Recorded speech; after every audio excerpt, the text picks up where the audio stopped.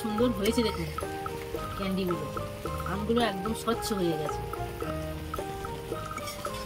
একদম কাঁচের মতো স্বচ্ছ হয়ে গেছে। এবারে যে অল্প একটু চিনির রস আছে এটা আমি নামিয়ে নেব, নামিয়ে নিলে এটা এর গায়ে বসে যাবে।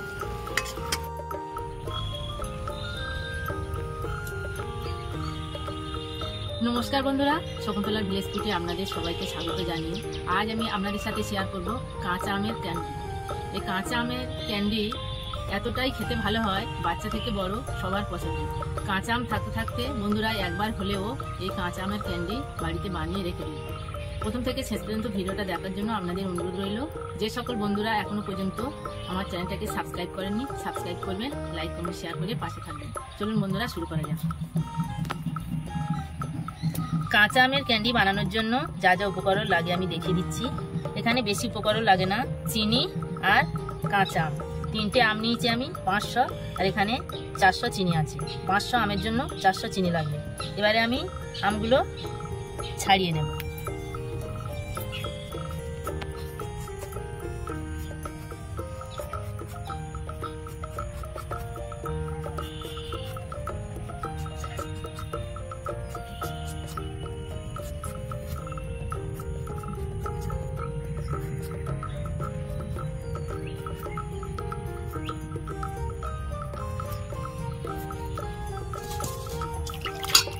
আমগুলো আমি ছাড়িয়ে নিয়েছি, আর ধুয়ে নেব ভালো করে।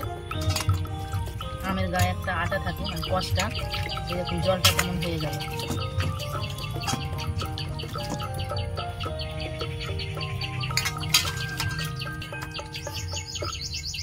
এবার আমি আমগুলো কেটে নেব।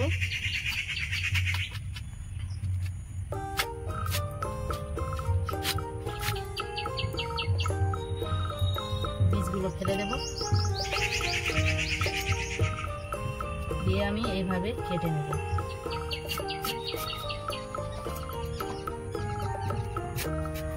খুব বেশি মোটাও করবো না, খুব পাতলাও করবো না।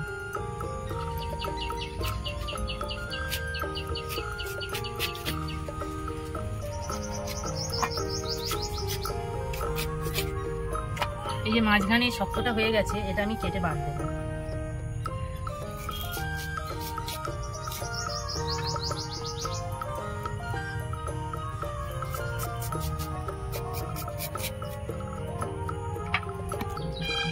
সব আমগুলো আমি এইভাবে কেটে নিয়েছি, আর ভিতরের যে শক্ত অংশটা সেটা কেটে বাদ দিয়েছি। এবারে আমি একটা গামলির মধ্যে ঢেলে নেব। চিনি দেব, আবারও আমি বলছি এখানে 5টা আম আছে আর 4টা চিনি আছে। এই মাপটা আপনারা ভালো করে এই মাপটা দিতে হবে, না হলে ক্যান্ডিটা ভালো হবে না। মিষ্টিটা একটু বেশি দিতে হবে।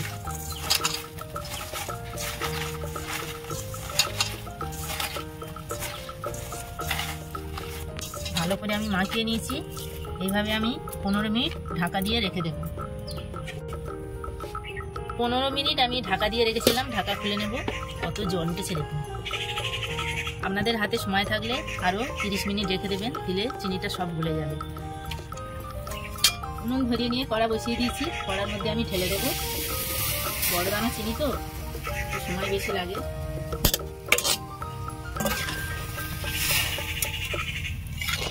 চিনি আর আম আমি সব কড়ার মধ্যে ঢেলে দিয়েছি। এবারে যে চিনিটা বলতে বাকি আছে, এখানে নাড়তে নাড়তে গলে যাবে।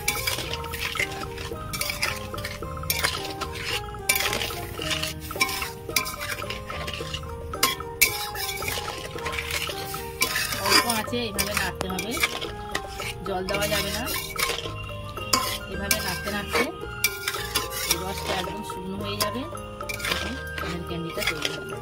কত সুন্দর ক্যান্ডিটা, খুব ভালো লাগে বন্ধুরা। একবার হলেও কাঁচা আম থাকতে থাকতে বানিয়ে নিন।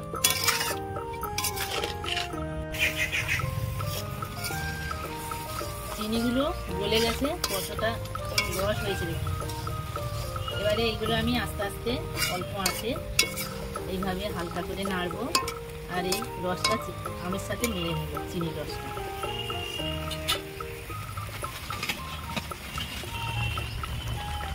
আগে আমি লবণ দিইনি, এখন আমি অল্প একটু লবণ দিয়ে দিচ্ছি।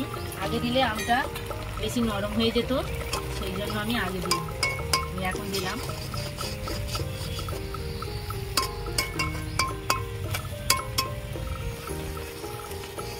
কত সুন্দর হয়েছে দেখুন ক্যান্ডিগুলো, আমগুলো একদম স্বচ্ছ হয়ে গেছে, একদম কাঁচের মতো স্বচ্ছ হয়ে গেছে। এবারে যে অল্প একটু চিনির রস আছে, এটা আমি নামিয়ে নেব। নামিয়ে নিলে এটা এর গায়ে বসে যাবে।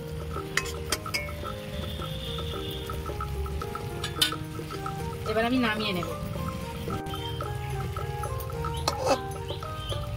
ক্যান্ডিগুলো আমি নামিয়ে নিয়েছি। এবার ঠান্ডা করে নিয়ে আপনাদের দেখাবো, শুকাতে দেব। এখানে একটা থালার মধ্যে আমি সরিষার তেল দিয়ে নিয়েছি। তেলটা ভালো করে মাখিয়ে নেব।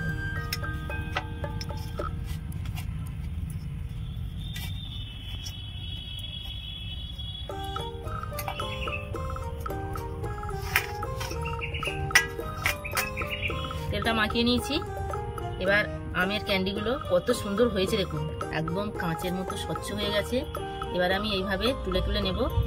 ঠান্ডা করে নিয়েছি, তুলে তুলে নিয়ে এই থালার মধ্যে ভালো করে সাজিয়ে নিয়ে রোদ্দুরে দেব।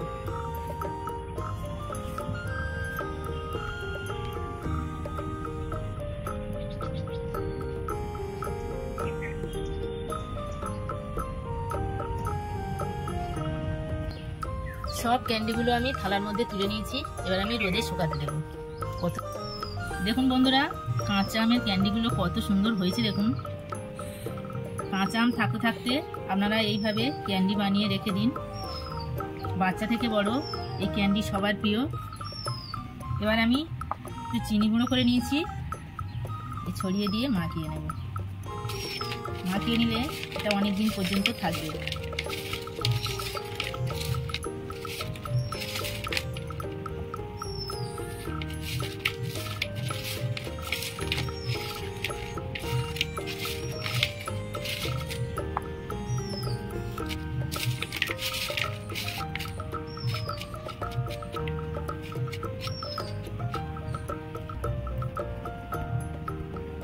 দেখুন বন্ধুরা, কাঁচা আমের ক্যান্ডি একদম রেডি। কত সুন্দর হয়েছে দেখুন।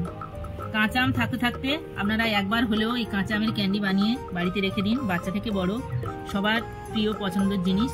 বিশেষ করে বাচ্চারা তো ভালো পছন্দ করে, খেতে ভালোবাসে।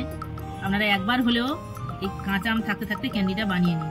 আমার এই কাঁচা আমের রেসিপি, ক্যান্ডি রেসিপি আপনাদের কেমন লেগেছে কমেন্টে জানাবেন। লাইক করবেন, বন্ধুদের সাথে প্রচুর প্রচুর শেয়ার করবেন। প্রতিদিন নিত্য নতুন রেসিপি পাওয়ার জন্য আমার চ্যানেলটাকে সাবস্ক্রাইব করবেন। আপনারা ভালো থাকবেন, সুস্থ থাকবেন। দেখা হচ্ছে পরের ভিডিওতে। ধন্যবাদ। একটা কেটে আমি দেখাচ্ছি কতটা সুন্দর হয়েছে দেখুন। এই দেখুন, রোদে 2 দিন আমি রোদে দিয়ে শুকিয়ে নিয়েছি, কত সুন্দর হয়েছে দেখুন।